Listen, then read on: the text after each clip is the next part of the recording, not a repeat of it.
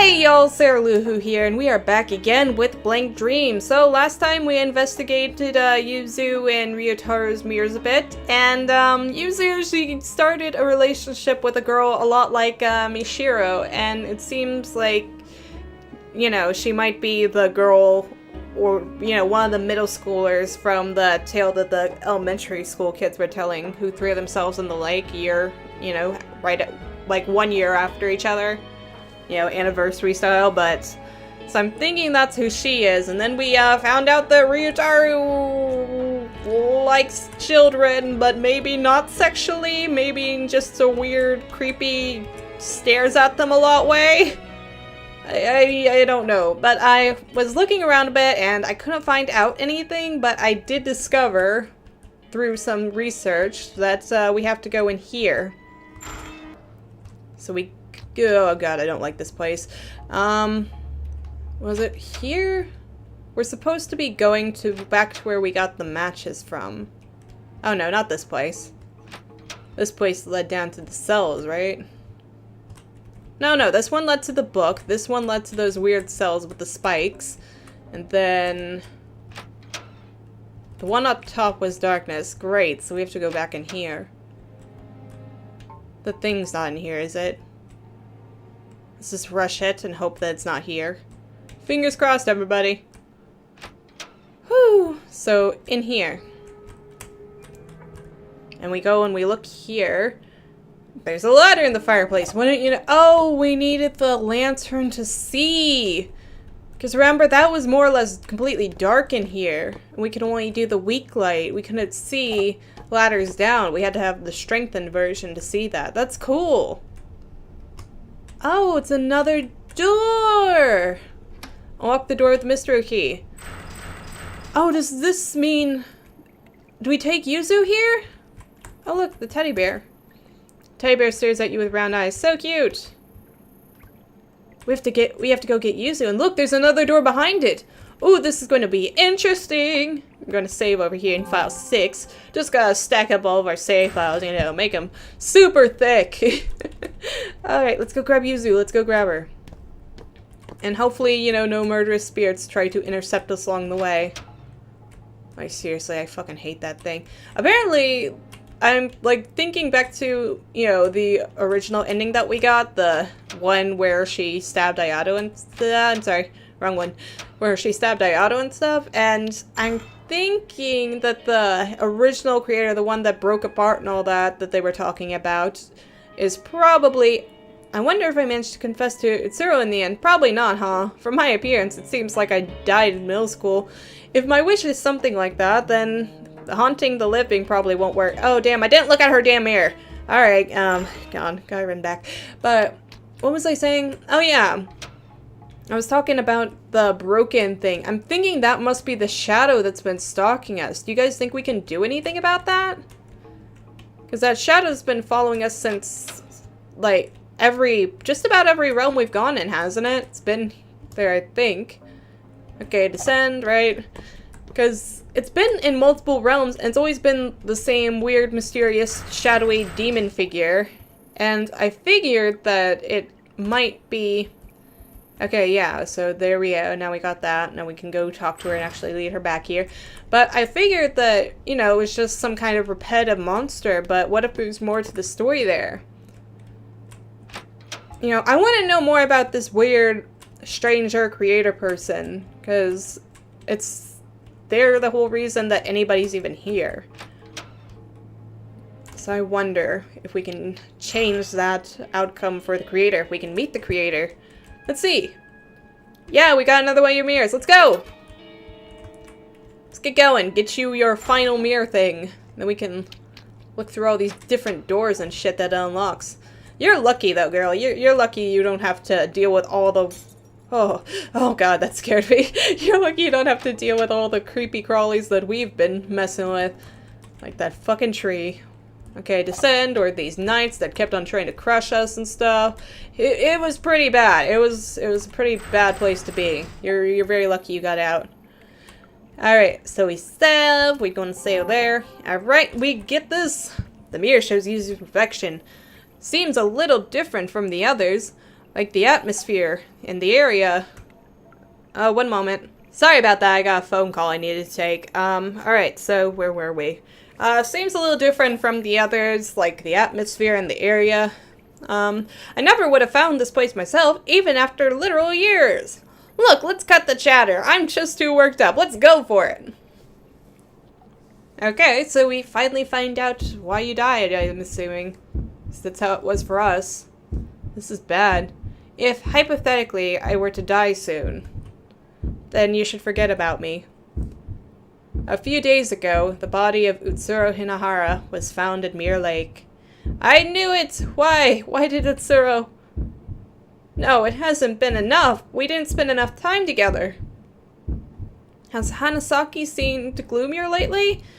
I mean, she got along with Hinahara, so I can understand being depressed, but it's not that kind of gloominess. It's like the local library isn't enough. They don't have books on this stuff. I need seances, oh god.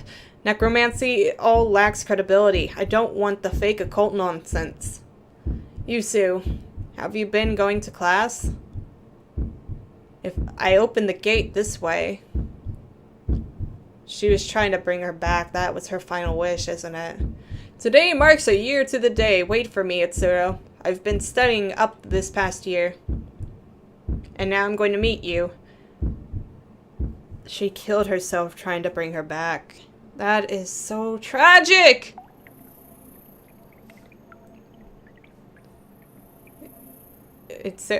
Are you okay, girl? You okay? I remember it all, how I died, my wish, and everything else. Of course, there's no such thing as black magic. I must have been on the brink, huh? Whew, I'm kind of exhausted getting all those memories dumped on me. Once I sorted things out some more, I'll tell you my history and wish, Mishiro. Oh, are you going to go up ahead? Take me with you if you do. I feel like there's something very important in this world up ahead. Okay. You ready? Let's go. Let's go investigate. Actually, let's save before we go and do that. We'll go investigate now. Okay, open the large door. Open it! Let's find out what's in here, girl.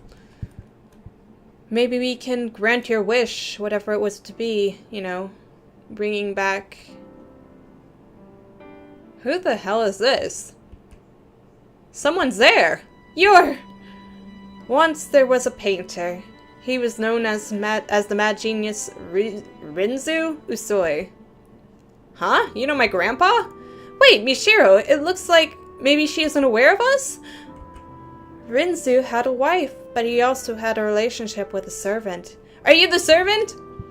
And with his wife, he had a child, Shinji. With the servant, he had a child, Tamaki. Rinzu's children, born of different mothers. Did we... Is Ayato our cousin or something? What? I'm confused. What's going on? Or is she your cousin? Tamaki was the illegitimate child of an affair, but because Shinji showed no interest in art, Rinzu's affection was often directed at Tamaki, who did have interest in the arts. Tamaki learned art from Rinzu, and given deep love, grew in the shadow of the Usui family. I'm so confused right now. But these irregular days couldn't last. When Tamaki turned 12, Rinzu's wife learned of her existence. Wait. Oh, Tamaki's a girl? Oh, are you Tamaki? Rinzu divorced his wife, but gave Tamaki and her mother the same love as ever. Thus far, no tragedy has occurred. Oh, so that's what they were talking about in the flashback with the grandpa. But Tamaki turned 18. Rinzu made an unforgivable mistake. Okay, that was creepy. He had a liaison with Tamaki, his own daughter, and impregnated her. What the fuck? Oh, and that gave way to the Hinahara girl, huh? Is that what we're going towards? And that's why she didn't think she should exist? Ugh. What the fuck, Gramps? Tamaki was deeply wounded and feared Rinzu, and with her mother, she fled from him. But the child she bore had done no wrong, so she decided to birth the child of her father. So Tamaki had a daughter. A daughter between parent and child. Tamaki thought she couldn't live a normal happy life, but luckily 2 years later, she had a proper marriage. Safely having a son with her husband, Tamaki began to get back on her feet. However, she never fully did. The mental wounds Tamaki had suffered went even deeper than she imagined. When her now grown daughter with Rinzu began doing art at school, Tamaki's old wounds ached. Why would you even let her into contact with him, dude? It gave her flashbacks of Rinzu and the fear she had of him. Tamaki oh wait, or is she just saying that she's her daughter interested in art? I don't know. Tamaki struggled to give her daughter affection. It took all she had not to take out negative emotions on her. Tamaki's mind quickly crumbled under the weight.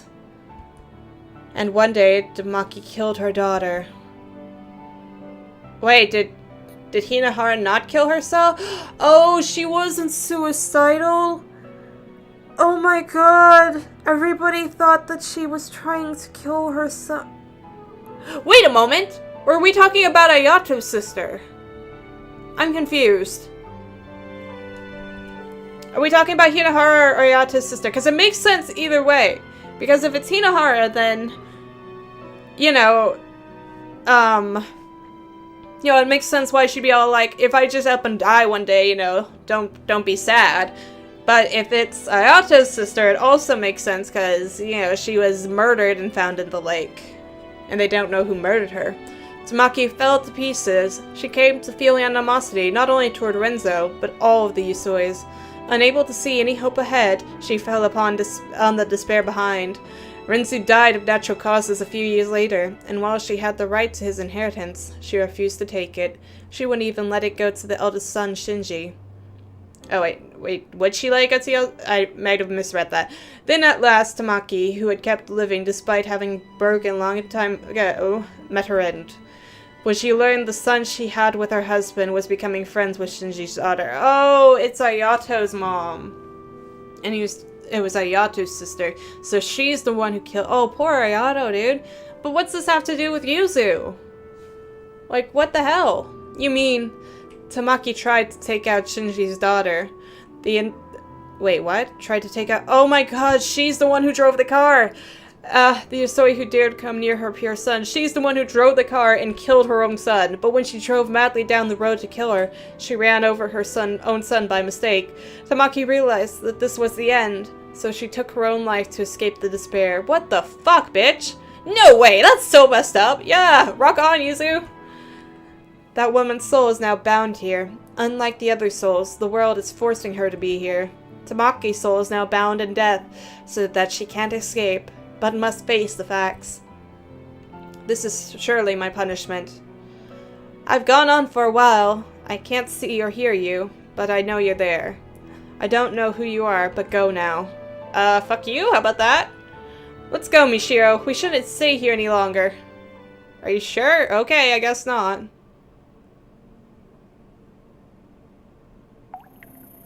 What the hell?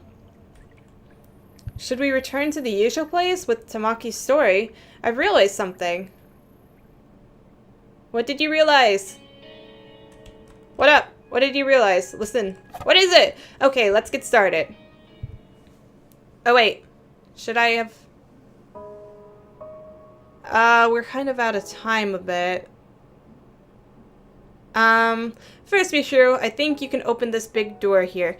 We're actually out of time. I didn't think she had, too much to say, but that seems like it's leading into something big. So I'm actually going to end the episode here, and, we're going to continue this next time, but that was kind of a big reveal. So Ayato was both friend and cousin, and, I mean, so much stuff. I knew I was getting some weird creeper vibe from the grandpa, but I didn't actually expect it to... flesh out like that. So, that's really unfortunate. It's a whole tragic story. Like, it's a very tragic story, but I don't understand why any of that had to do with Yuzu. I'm guessing maybe we'll find that out in the next episode as we listen to her story, but for now, this is it. So, like and subscribe if you want to, and next time we'll hear what Yuzu has to say. So, yeah, thank you for watching.